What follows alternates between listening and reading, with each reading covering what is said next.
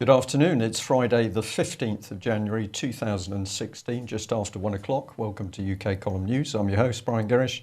With me in the studio, deep behind the technical desk, is Mike Robinson.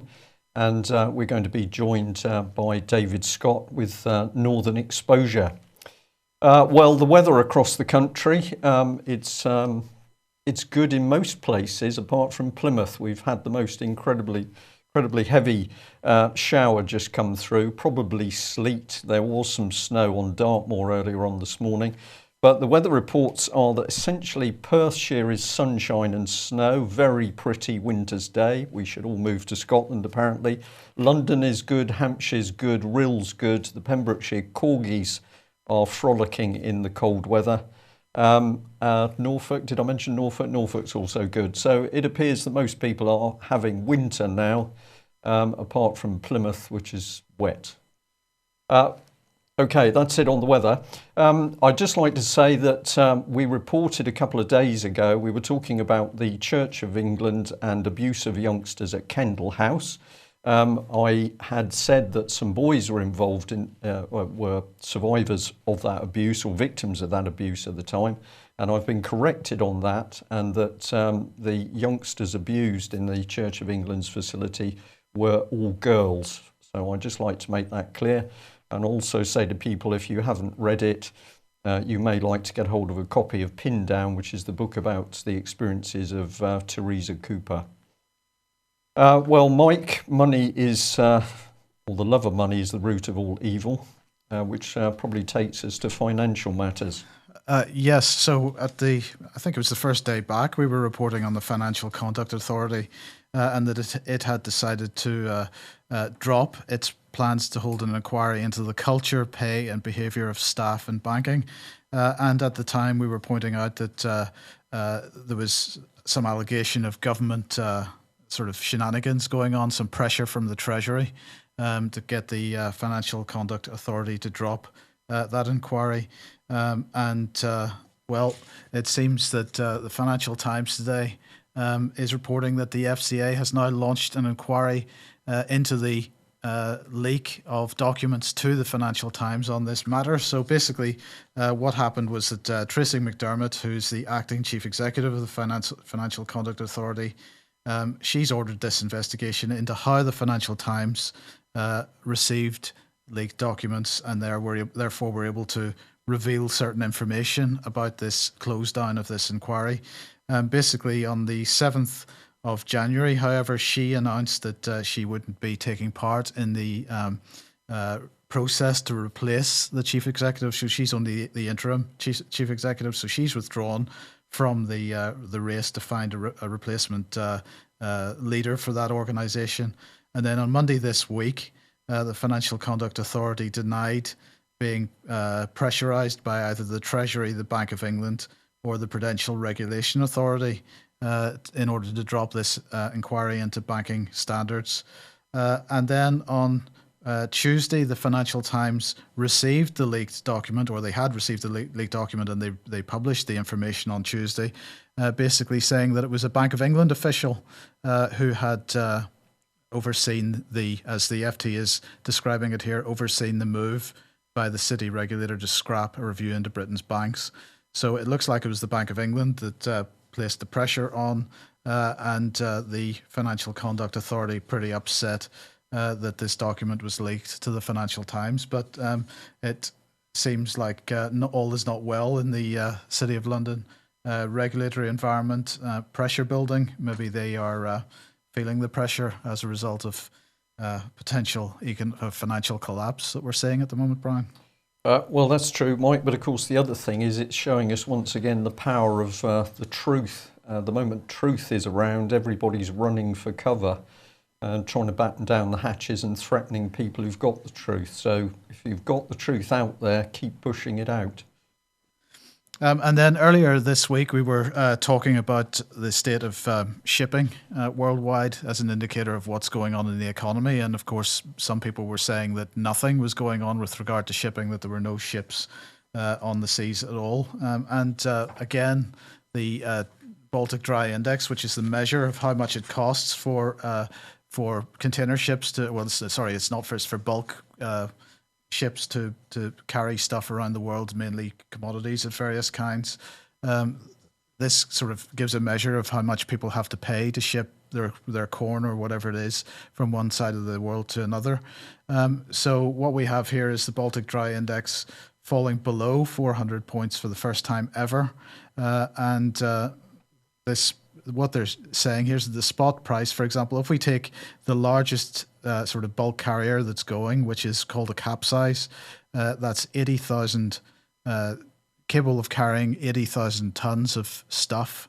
The spot price for one of those ships was basically falling as low as $2,000 per day. And Brian, I mean, it's pretty clear that it's impossible to run a ship of that size at $2,000 per day. Well, I would be amazed if they could do that, Mike. One thing about ships is they just swallow money. These are huge ships, and everything about them is expensive. Everything. So something really strange is going on here. Well, so some quotes here. Consultancy firm MSI said that the dry bulk industry is in a critical state. More gloom is forecast for the bulk carrier market over the short term. Concerns over the state of China's economy are key. And we'll just reiterate once again, of course, this isn't really about China's economy. This is about the fact that China's exports are collapsing as a result of our economies. So people saying this is a generational recession in this particular industry, they don't expect things to get any better until 2018 or 2019. I think even that's optimistic. I wonder, has David got any comment on that? Well, nothing was fixed, of course. When we had the major drawback and the Great Recession of 2007, 2008, there are reasons that happened, and those reasons are still in place. Nothing's been fixed. Essentially, malinvestment's the problem. You have people like central banks, like the Bank of England, believing that they can steer the economy with interest rates and what have you. They're sending out false signals. Malinvestment's the result, and that has to be eliminated from the economy. That's what we call a recession. It's a corrective measure to correct previous mistakes. Now, governments now won't allow that to happen. So what's going to happen is the problems and the misallocations of capital and the dislocations within the economy are going to build and build and build. And when we have the next downturn, it will be all the larger and all the more damaging as a result. Okay, David, thank you for that. Now, we mentioned to you before the program that we would like to show you something, which we're going to do live on air. We had a little bit of video film sent to us some time ago, and the person who sent it to us said that he just couldn't understand what he was looking at. This was to do with road bridges, and we thought you must be the man to have a look at it, and we'd like your comment. Indeed, we'd like the comment of anybody else who knows exactly what we're looking at and what it's all for. But we thought we'd try northern exposure first. So here we go, David, a little bit of a video clip coming up. I'll just say that what have we got here? We're looking under a section of road. This is one of the support pillars. And we've got a funny box with wires going into the concrete. You can see left and right that there's sort of grey concrete replaced. This is another site. And if you look, there's a sort of grid system. So down to the, I'll just wait. So we've got quite a bit of power there coming in through boxes. Here's the grid system. And there's been holes drilled in the wall, and then things have been put in, sensors have been put in these little holes, and then they're all linked back to these distribution boxes. So if I just jump onto the next image, in the holes in that grid system are apparently these things. And we've got a couple of coins of 50p and whatever that is, of 5, I think, for a scale. So they're about 2.5 inches long, apparently. Bit of wire sticking out, which is linked into the rest of that grid system. We just thought if they were a strain gauge or something like that, you'd only have 1 or 2 of them. You wouldn't be drilling lots of holes if you were worried whether the bridge was going to stand up. Can you tell us more? Yes, I think that is what you're looking at there is called cathodic protection. This is a means of preventing corrosion in the reinforcement within the concrete. If you get, particularly if you get a bridge which is contaminated with de-icing salts, which are very aggressive, as you know from corrosion in a car, you'll get very rapid corrosion and concentrated corrosion in the embedded reinforcement in the bridge. Now, once the contaminating salts have reached the reinforcement, your choices in terms of how to make that bridge last longer are somewhat limited. One of the systems which you see there is an active cathodic protection system. And this basically makes corrosion is an exchange of electrons. It's basically an electrical circuit that's set up, and by providing the power in this way, the reinforcement is changed from being the anode, which corrodes, to being the cathode, which is providing electrons to the system. And corrosion of the reinforcement is stopped or enormously slowed, and the durability of the bridge is extended as a result. Very expensive, not something I can boast any great expertise in, because it is quite specialist. But yes, I think that's what you're looking at there, Brian. David, it looks like it's got quite a lot of power to it, so there must be ongoing running costs as well. Yes. I mean, there are several types. Some of these are passive systems where you simply build in lumps of zinc attached to the reinforcement to provide a sort of sacrificial anode by that method, and other systems are actually hooked into the mains, as the one that you illustrated there is. And in the latter case, yes, you do have a running cost. Okay, well, David, brilliant. Thanks for explaining that to us. I think what we can say, though, if you've got a few cracks appearing in the Forth Road Bridge, we're suffering from a bit of degradation of the concrete supports of motorway bridges. But don't worry, we can sort that out with electricity. It's a brilliant system. Okay, well, Mike, Europe is getting pretty serious, and George Osborne wading in. Yes, so George Osborne is in Germany at the moment as part of the so-called renegotiation for this EU referendum PSYOP that's going on at the moment.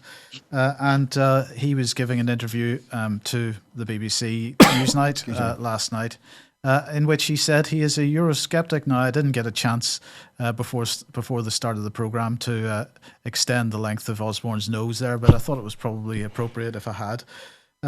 The other things he said, let's see, what else did he say? He said that with regard to leaving the EU, that he rules nothing out, which, of course, Evan Davis didn't really give him any stressful questions to answer, but when he was sort of mildly pressed on this issue, this is pretty much as far as he was prepared to go. They're pretending that they're intending to leave the European Union, but what was absolutely clear is that this is the vote. There is no second vote. This is the critical decision of our lifetime, and he really was pretty forceful about that, because I think what he was talking about was his lifetime and David Cameron's lifetime, at least their political lifetimes. So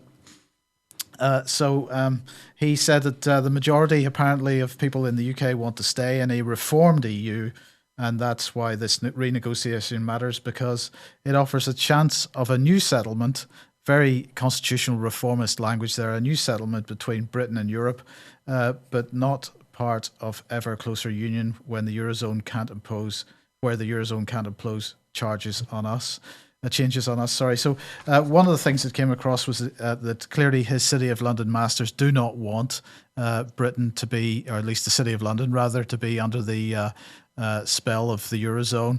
But on the other hand, what is increasingly clear as time goes on is that whatever agreement is put on the table whenever they present it in February, we're only going to see half of the reality. So we might see one side of each page, but we're not going to see the other side. So we're going to have to keep offering an assessment of what might be included in the terms and conditions that we don't get to see. And the other thing that's happening, Mike, is that Tony Blair's been dragged into the spotlight. He's giving us advice. He's saying that we've got to support the EU army. And as a gentleman pointed out to me this morning, that if they get the EU army in fast enough, then it doesn't really matter at all what the result of any form of referendum on Europe is, because the super state would have been built.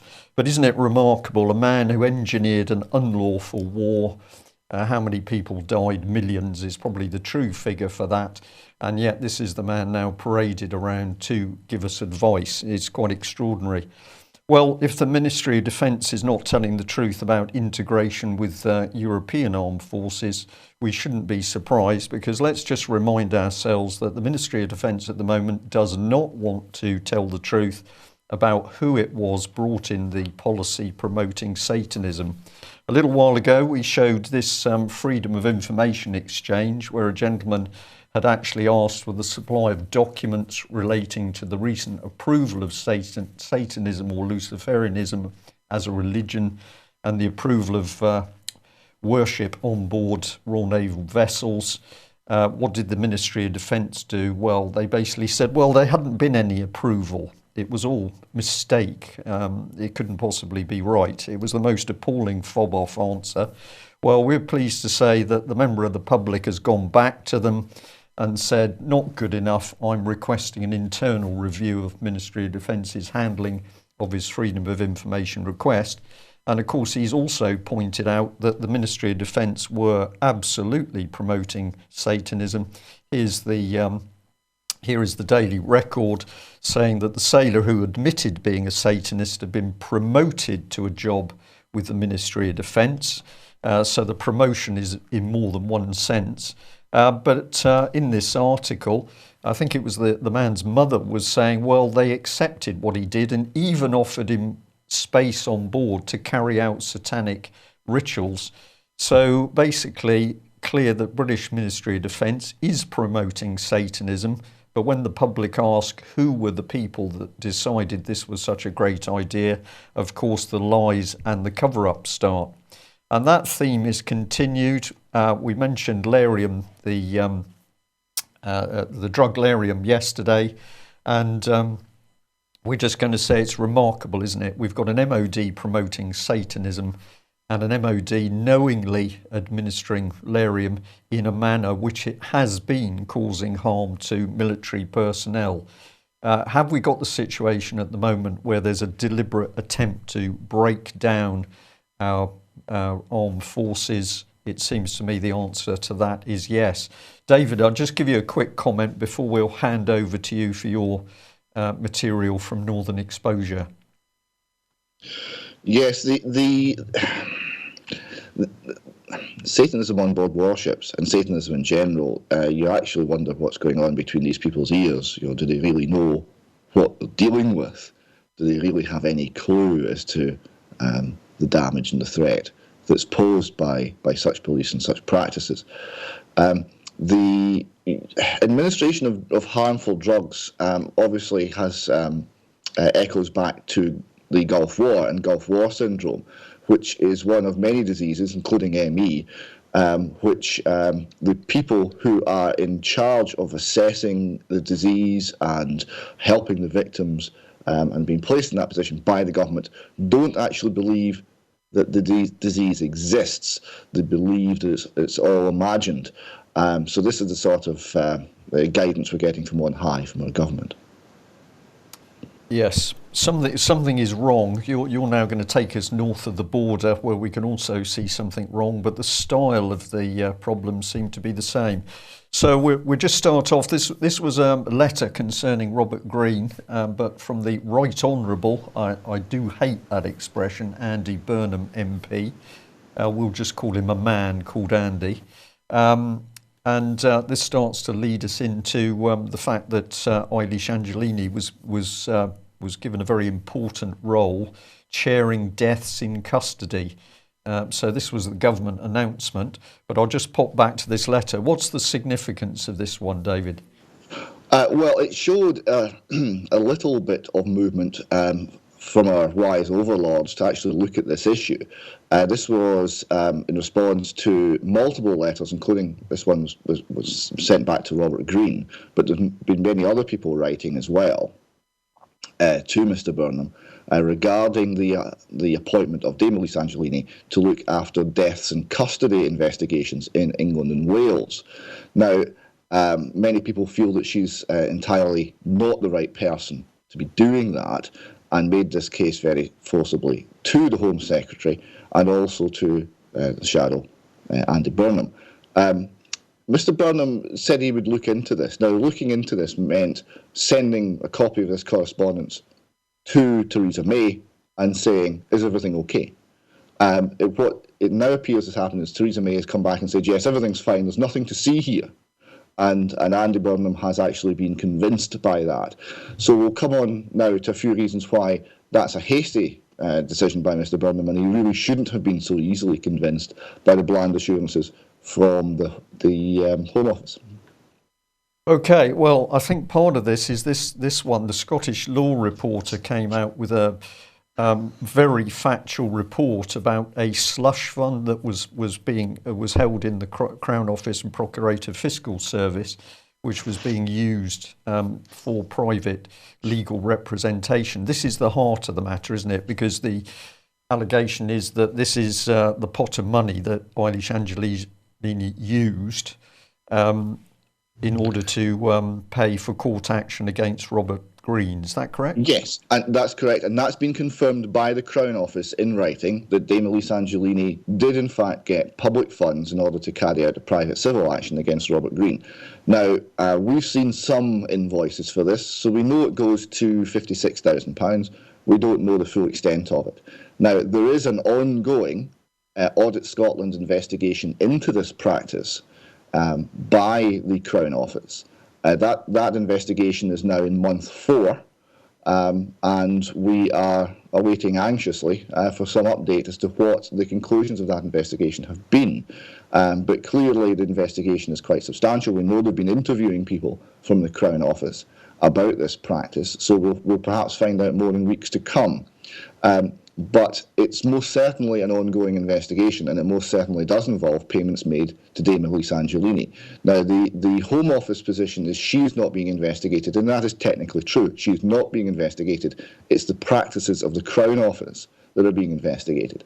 But those practices involve Dame Elise Angelini in a very big way, and that alone should give the Home Secretary some pause for thought as to the appropriateness of her appointment.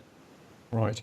But it's fascinating, isn't it, that every time there's a difficult and I'm going to say a dirty subject for the government, whether it's the abuse of children or it's deaths in custody, along comes a judge or somebody from the judicial system, and we are to trust these people. You've been pointing out that north of the border, of course, judges not declaring their interests, same equivalent south of the border. So we don't really know anything about these people, but we're supposed to trust them. But the Scottish News here picked up on Eilish Angelini, Lord Advocate condemned as disastrous. And this report is talking about the Lockerbie case. Yes, I mean, there have been many senior QCs and senior people in the Scottish legal establishment have viewed the time of Dame Elise Angelini's command of the judicial system in Scotland as Lord Advocate as being a huge disaster. Now, this is the role is essentially equivalent to the head of the Crown Prosecution Service in England. So he's in charge of all prosecution in Scotland, and there being no significant private prosecution for criminal action in Scotland.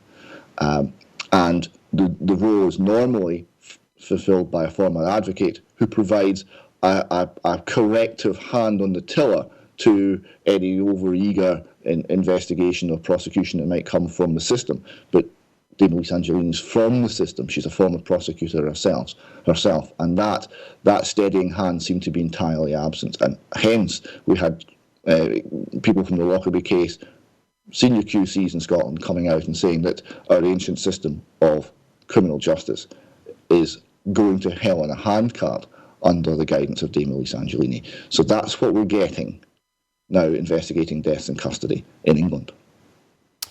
Okay, well, let's just have a look at matters to do with the press. This is a letter in relation to a complaint that was made to the press about reporting around Eilish Angelini.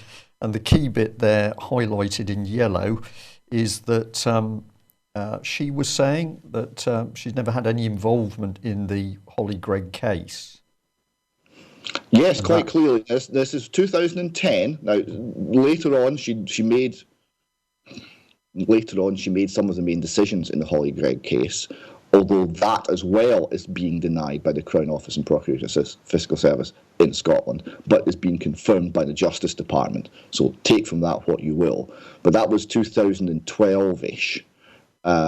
This is earlier. This is 2010. So in 2010, she's made a complaint to Press Complaints Authority about an article in the Firm magazine, and she said quite clearly she never had any involvement in the Holly Gregg case. Right. And then we've got some letters here which show a rather different story. So this one here, Brian Adam, member of the Scottish Parliament. Yes, the 2003, much earlier. This is correspondence to Dame Elise Angelini, who was then Procurator Fiscal in Aberdeen. So she was at that point in charge of prosecuting, or not prosecuting, the people accused by Holly Gregg. Okay, and we've got this one here, which is Brian Adam again. Yes, and have you got a third one there as well? It's outgoing correspondence from... We've got this one here from the Procurator Fiscal's office. Right, so this is outgoing correspondence from the Procurator Fiscal Office 2001 to, I think that's to the solicitor representing Anne Holly at the time, if memory serves. So we see lots of correspondence here. Now, that would suggest that the statement made to the Press Complaints Authority that she had no involvement in the case is factually incorrect, would it not, Brian? Well, it would certainly appear that way. For people who might not be able to read it on screen, on the correspondence within the red boundary, the Procurator Fiscal's office, Attle House, and it says Procurator Fiscal Eilish Angelini, so her name's absolutely on that document. But yes, as you say, it appears that the government has become a bit confused. One department says she's done something, the other one said no, she hasn't. It's all confusion, which often seems to crop up the moment there's a finger pointed at the establishment. So what we have here is a person with a history of using government funds to silence opposition and criticism, as she attacked Robert Greene through the legal system. A person using the Press Complaints Authority to crush criticism within the press, but it would appear those statements made to the Press Complaints Authority are in fact factually incorrect. And a person who has been extremely opaque about her entire role in the Holly Gregg case and has been really working quite consistently against public transparency in the failures of the criminal justice system. This is the person that Theresa May has selected to investigate and head up an inquiry investigating deaths in custody in England. Our view, those of us who follow this in Scotland, is she's one of the most singularly unqualified and unsuitable people for that role. Yeah. Okay, well, we'll just introduce this term, which I think is slick-it, if that's correct. You were very keen to get this on. Slick it, Brian, slick it. Slick it, right. Slick it, yes. Take us through that very quickly, please, and then we're going to see whether it applies to Mr. Salmon. I think that's the way it works, isn't it? Well, you might, I couldn't possibly comment, you might think that. Yes. Last week we had Bletherskite. We were talking about Police Scotland's new boss, and we had Bletherskite, which is basically someone affected by verbal diarrhoea. Today we've got the word for the week in Scots is sleekit, which is basically cunning and oily and weasel-like. Ah, right, okay. I thought that the main drive there was on a well-kept furry coat, and I must admit there was some confusion because, of course, Alex Salmon is a bit short of his furry coat up top, but it's a bit more weaselly than coat. Yes, we're talking about glib and smooth and oily. And oily. Okay, well, let's bring him in because, of course, Mr. Salmon has been talking on LBC Radio, and I believe that he's had quite a few people ringing up with interesting questions. He's promised to tell the truth on everything and to answer every question, but I think he's already been picked up. He said that no topic is off limits. A very brave statement to make for a politician, I thought. Right. But unfortunately, people have been phoning in wanting to discuss the Holly Gregg case and his personal role in it. They've not so far been successful in getting through to air. And indeed, people phoning in wanting to discuss Scottish independence seem to have had similar problems.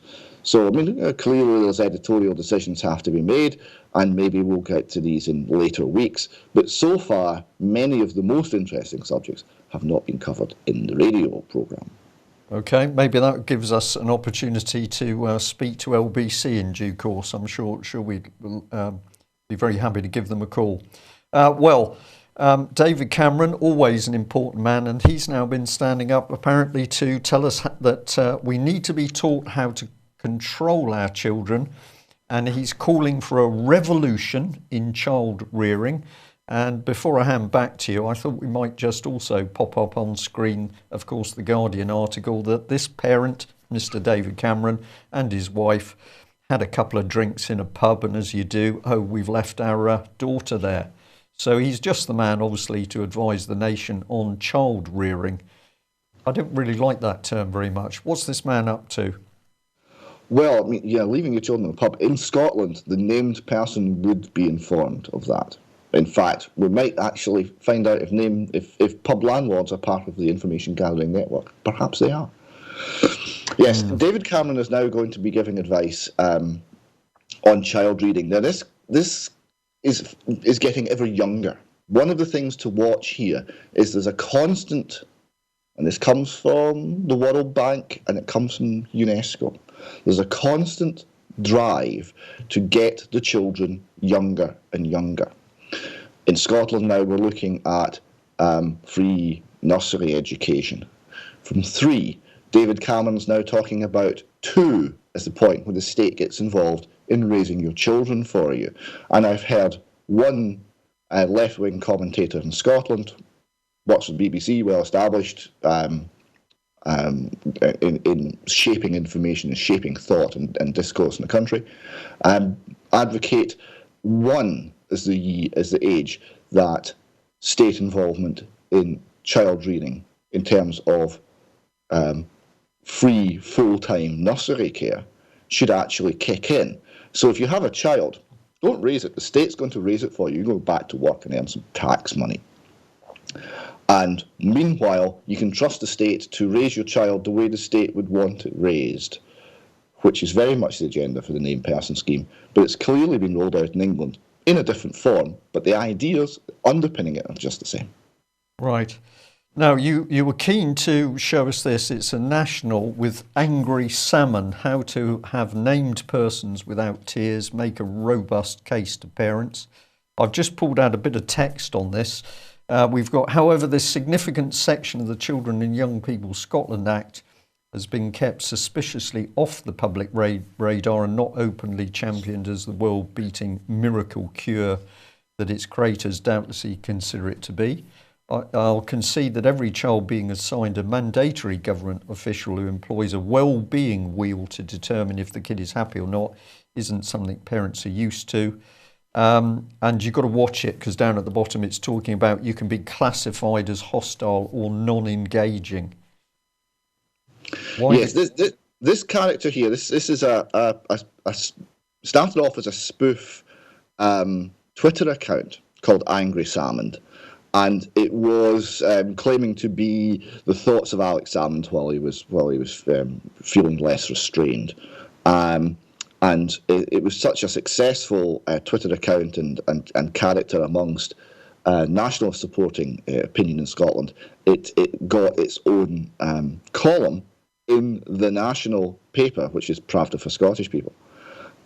So this actually illustrates the degree to which the No to Name Person campaign has been successful in forcing this onto the agenda. We had the whole taxi driver spying scandal within the last couple of weeks. The National felt it had to comment on that. We'll come to that in a moment. And here we have one of the sort of nationalist icons, tongue-in-cheek to an extent, but a nationalist icon, having to be wheeled out to try and shore up the named person policy, and really failing quite appallingly.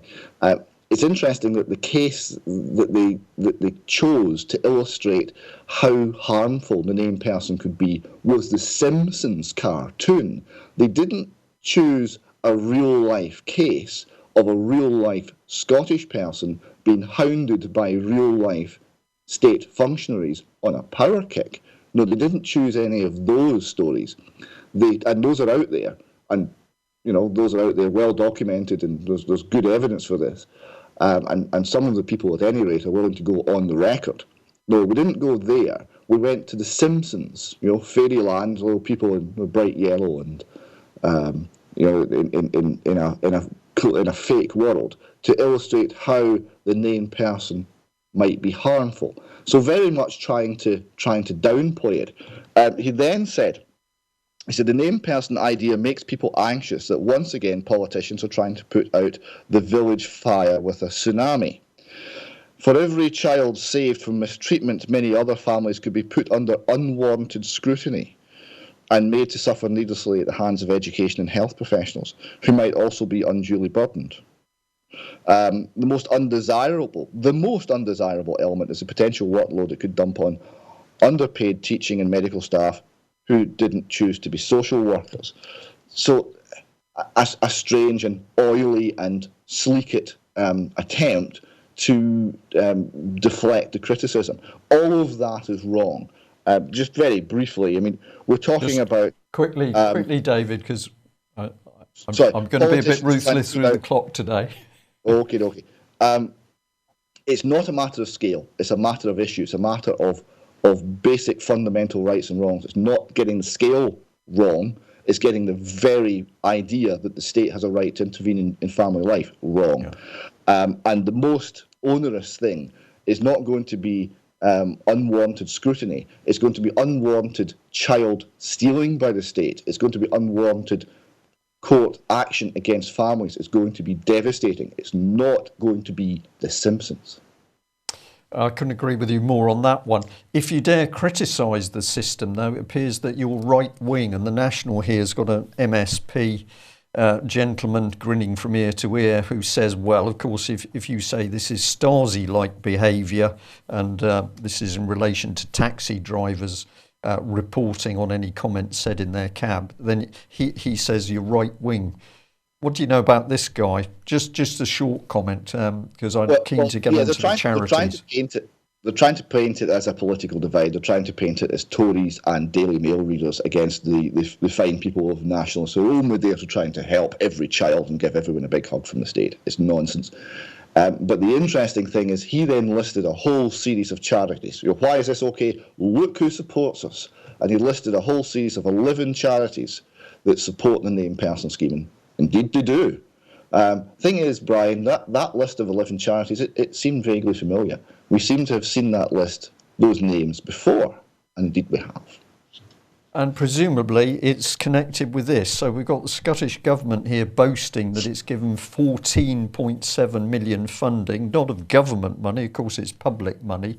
And I've just put this little header in here. Child intervention charities receive government funding. Is this the key bit that you all... Yes, this is 14.7 million, and we looked at the list of charities that support the named person scheme, and would you believe, Brian, every single one of them was receiving sizable government funds from this pot. This is for the current year, so it's 14.7 million a year. The list of charities supporting the government on the named person scheme were receiving a combined well over 2 million per annum in government funding. So that's why they're supporting it. They are paid to. Right, and of course the moment we go into charities, we're heading into the third sector, and you've pointed us at this Mises Institute of Scotland before, but we've got We've got a little bit of history here, but we're saying people being bought and sold for gold. This is talking about world over governments, the rise of the global style of government have been buying people. To have these people organised into worthy sounding groups called not-for-profit organisations and charities suits the government because it can then buy and manipulate them, presumably. And down here he says all of this is on the principles of filthy lucre, and it brings it nicely to the government's getting it right for every child, which is the Scottish Government version of No Child Left Behind in the USA and Every Child Matters in England. All of the clues here are this is not national policy we're seeing coming in. This is coming from the United Nations. Yes, and this article lists all the charities that support the named person and lists how much money they received this year from the government. So you see that there's an exact correlation. It's 11 out of 11. But it's also very important to remember that halo effect, that as governments point to the third sector and say, well, look, we must be right because charities, and who would be against charity, they support us. Well, these days the charities are simply an extension of government. They're bought, they're paid for, they're simply are less apparently threatening. People turn off the normal human suspicion when someone says, I'm from a charity. Someone says, I'm from the government, I'm here to help. Everyone knows that means grab your wallet and run for your life. People say, I'm from a charity, they don't get the same reaction. That turns off people's natural caution, and charities get further. But they are, in fact, an extension of the state in very many cases. And a very dangerous one. So named person, no to named person's been continues to do good campaigning work, and you're promoting here talks coming up. Yes, Greenock is on Monday, and the following 2 weeks after that, Monday the 1st of February, the named person campaign goes to Falkirk. So people in those areas, I hope they can come along and find out lots and sign up to help. Okay, that's good. And you're also pointing out that, that if I've got this right, this is a new party or organisation in Scotland which is showing interest in what named persons, no to named persons is doing. Yes, there's a Scottish Libertarian Party which is recently formed, and apparently I think is going to be fielding candidates at the forthcoming Holyrood election. So they're very new on the scene. And there's also this thing called the Scottish Liberty Forum, which is a monthly meeting with speakers and discussing items to do with personal and economic liberty. This coming Saturday in Glasgow, they're discussing the named person. As you see, they have titled it Named Person and the Death of the Family. So that's in central Glasgow, 3 p.m. on Saturday, tomorrow. Excellent. So hopefully people in the area will come along to that. Okay, well, obviously public debate is good because that's the way of getting the truth out. Now, I'm just going to run through, you brought up Police Scotland. I've got a few images here which we'll just sort of scan through, and then we'll come back to you to talk. But we got Daily Record, Police Scotland's new Chief Constable vows to deploy more armed officers if threat increases. And he said it'd be foolish to rule out more armed police following those para-terrorist attacks. And they need change. We need to think about the capabilities for the future. Some of that will be skills, some of it will be technical kit, guns, some will be investment. Choices will have to be made. Lots of good political squidgy language. He's been sworn in. He's promising to build to build a service the public can trust. It's one of the most demanding jobs in British policing. He's immensely proud. He's going to lead the men and women of the Police Scotland through the next stage of its journey, which will probably be a journey towards the utopia of transformation over the Rainbow Bridge. And what a pity that it's the same police force that wanted to get Sheikh Ubey's body removed from Scotland, presumably to help the evidence disappear. Now, Anjifan here, really excellent article talking about Scottish police sitting on a paedophile dossier. I'll let you come back in here, David. Yes. Firstly, the introduction. The reason that the Scots word of the week last week was bletherskite. Is in order in recognition of Mr. Gormley's contribution to banal management speak. Right, I would point out that I didn't think I could have less confidence in Sir Stephen House's successor than I did in Sir Stephen House. But really, choices will have to be made. Well, that alone, that's got to be worth at least £200,000 salary. That little gem of insight there. Join us in our journey. It's just a beginner's guide to banal management tripe, as far as I can tell. He's now off on a 100-day tour of police stations in Scotland. The weather's nice at the moment, so that's good for him. And to talk to the officers, because obviously this is a man that came from the National Crime Agency in London. I don't know if that was a huge success, Brian. Maybe you can fill me in some detail there. He came from the National Crime Agency in London. They came up to Scotland, and I don't know if he's ever been here on holiday before, but he certainly doesn't know anything about Scotland or Scots. So that's now who is running the police service.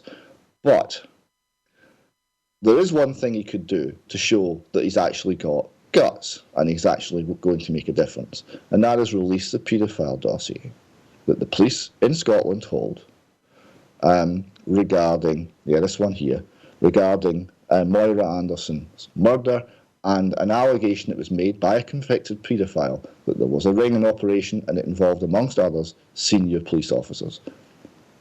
That should be in the public domain. That should be discussed. That should be open, and that should be investigated. It's not. It's locked in some safe somewhere in Police Scotland headquarters, and it seems to be staying there. So that's where we are with Police Scotland, at least for the moment. Well, I'm just going to cheat, if I may, David, and jump south of the border, because just before we came live, I picked up on this one that the Express is saying, breaking news, Lord Janner's child sex abuse case has been dropped. So yes, he died, but all of the evidence could have been brought into court and aired publicly so that the public could see exactly what accusations were being made about this man. But no, they've decided that's not the right thing to do. We're going to make sure that evidence never sees the light of day. And on the subject where the future goes, thank you very much for the person who sent us this in relation to Guernsey. What this is about is the integration of services on the island. So they're beginning to, they are going to integrate the police, customs officers and immigration officers and others so that, they get cost savings. And this is part of the UK National Crime Agency arrangements, as you just sort of mentioned. But basically, we've got one state Stasi being formed. And here it is in Guernsey. We're seeing it in other places as well. Isn't it remarkable that if we look at dirty little secrets on the island, the police officer who was heading up the Haute de la Garenne investigation, Lenny Harper, has been really speaking out. Police sold drugs to prostitutes and put pornography on work computers, but the Attorney General let them off. He said there's a culture emerging in Jersey of systematic child abuse, which was far worse than a single paedophile ring. And children were in effect being loaned out to people and taken on board yachting trips. Now, whether this relates to Edward Heath or not, I don't know, but it would certainly appear to be in the bracket. But there we are. Same stuff, same cover-up going on, whether you're in the Channel Islands, whether you're in England, or whether you're north of the border. I know you're keen to get on to... And it would seem that Bill Maloney and Pine Marsh Films were absolutely on the money. Of course he was on the money, and that is why subsequently he was threatened, and that's why Metropolitan Police officers refused to engage with him to talk about the evidence, and indeed that's why originally, of course, they sidelined witness Chris Fay. Now, all of this is a very serious state of affairs. I know you're very keen to have a little bit of analysis of what is building north and south of the border, and that's a pretty vicious political system. I think we can certainly do 5 minutes on this maybe a fraction over, David. Take us through what you're actually seeing building in the British political system. Right. Okay. The basic way to look at this is that we have two very clear systems of running a country. One is based on freedom. It's called capitalism, but it's basically based on freedom, private property rights, and having a situation where that each individual decides for him or herself what he does with his talent and time and money and resources. The other system is one of state planning, socialism, where government officials decide what everyone will do, and the government as a whole own all the major assets of the country. Now, freedom tends to work, but it's very messy and untidy, and it's very difficult to get ahead there because you have certain checks and balances. You have things like, if you have freedom of entry into any marketplace, then if you develop a sizable holding in a marketplace, someone else can come and compete with you, Brian. It's very difficult. So we then have lots of interests that push towards the more socialist view. Now, socialism, as originally conceived, always fails and fails very rapidly. So you tend to get people looking for a middle way. Tony Blair was the apostle of the third way. Now, the third way was and always has been some form of a system known as fascism. And fascism is an area that we need to be able to recognise. And very often we're not, because people have a view of this that somehow involves jackboots and lots of funny marching and necessarily military and necessarily anti-Semitic or xenophobic or what have you. Now, it can involve these issues, but it doesn't absolutely have to. What you've got is a system where you have nominally private ownership of the means of production, but it's in fact state directed. So you have increasing control of the state, by the state, over everything that happens in the country. So you're seeing this in Scotland all over the place. You're seeing it in the named person scheme. You're seeing it in a new registry of who owns every piece of land, and then the government will decide whether you're using your land appropriately, and if you're not, it will be taken from you. You're seeing it in regulation through Europe, enormous regulation binding the hands of industry. You're seeing it in many, many ways all around the world, and certainly in Europe, certainly in Britain. Now, there are many interesting things to do with fascism that people seem to be blind to. It's important to note that fascism is very pro the welfare state. This is how it's sold. This is how it's always been sold. It's very pro-government intervention in marketplaces. It's very pro-cradle-to-grave type protection of the people. So therefore, the left find it very difficult to argue against it because they're also for these things. But fascism will also pretend at least to be pro-religion, pro-family, pro-traditional values, pro-the-nation. So the right tends to be somewhat put to sleep by it, and they won't recognise it for what it is. And hence you get this creeping state control over everything, and less individual liberty, and more government authority over every aspect of our life.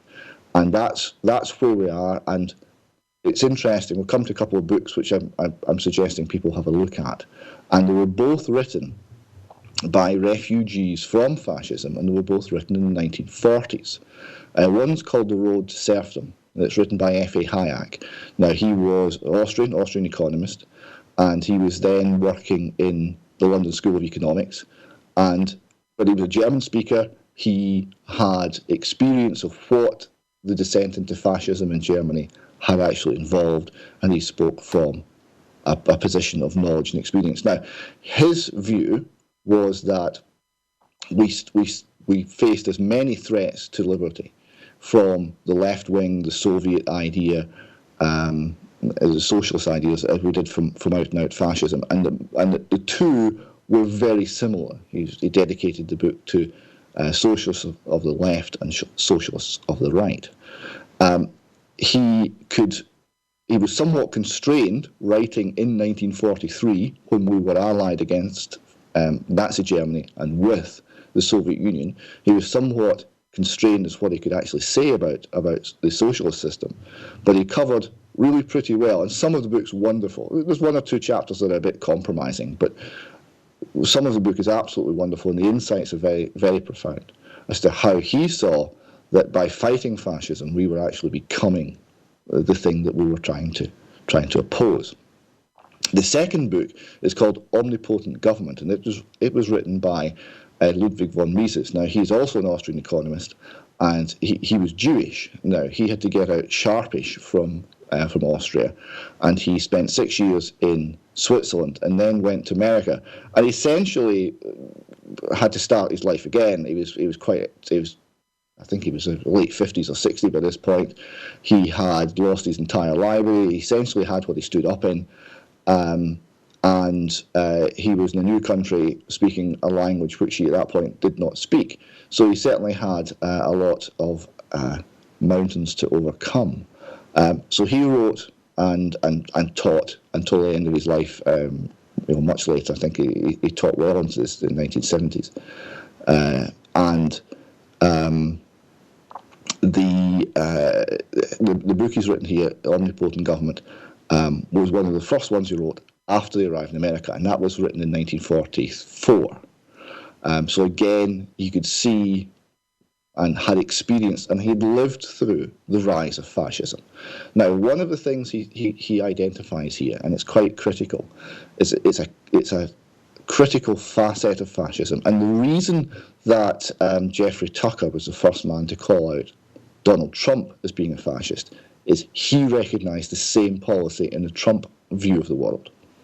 He said the thing that separated the Nazis from other groups is not the anti-Semitism, although it was there, it's not the militarism, it's not the dictatorial methods, because all of these, there's a whole history of people on this planet falling for that, for being military, being aggressive, and living under dictators. It's hardly new.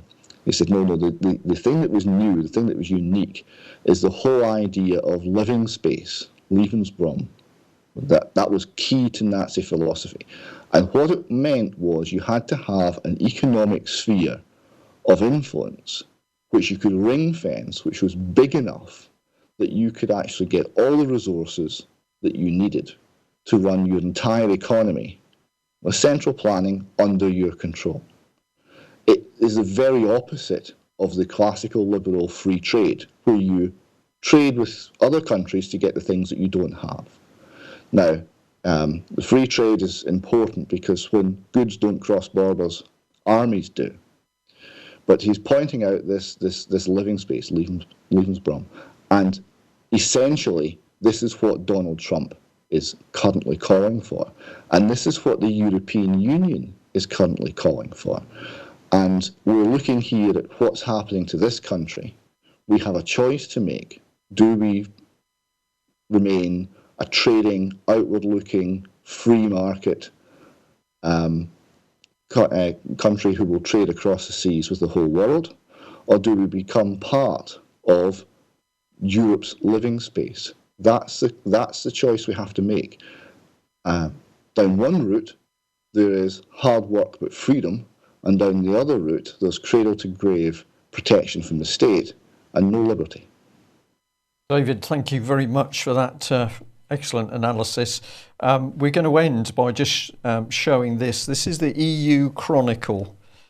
This is a German viewpoint warning that something very, very dangerous is going on in Germany. Reichstag burning in Cologne. And what this article is saying is that when Germans are looking into what's happening with the violence amongst immigrants, and in particular the rapes and the sexual abuse that's gone on around Cologne, what they've started to see is political interference by very devious German government organisations. So this bit here, the images of chaotic scenes of that night went round the world and reminded many observers of the hooligan standoff almost 2 years ago that left the police in Cologne also that left the policing cologne also looking unprofessional. Later, after the death by natural causes of the leader of the hooligans, it transpired that he had been a secret agent for the German Office for Protecting the Constitution. So this is Germans warning that they are seeing a hidden hand operating in Germany using the immigration to stir up violence, which can then be used to bring in dramatic state clampdowns. And of course, they are taking people's memories back to the Reichstag fire, which was used for exactly the same purpose. David, on that very serious note, we're going to end. Thank you very much for joining us. That is it for the UK Column News for today. I'll just say thank you very much to the gentleman who drove a very long way to deliver us a very important piece of technical equipment to help us improve what we do. So thank you very much for coming down. We enjoyed meeting you, and it will be put to very good use. We will be back 1 o'clock on Monday, and have a good weekend. Talk to people. Don't get into a black hole. Action conquers fear. We'll see you Monday. Bye-bye.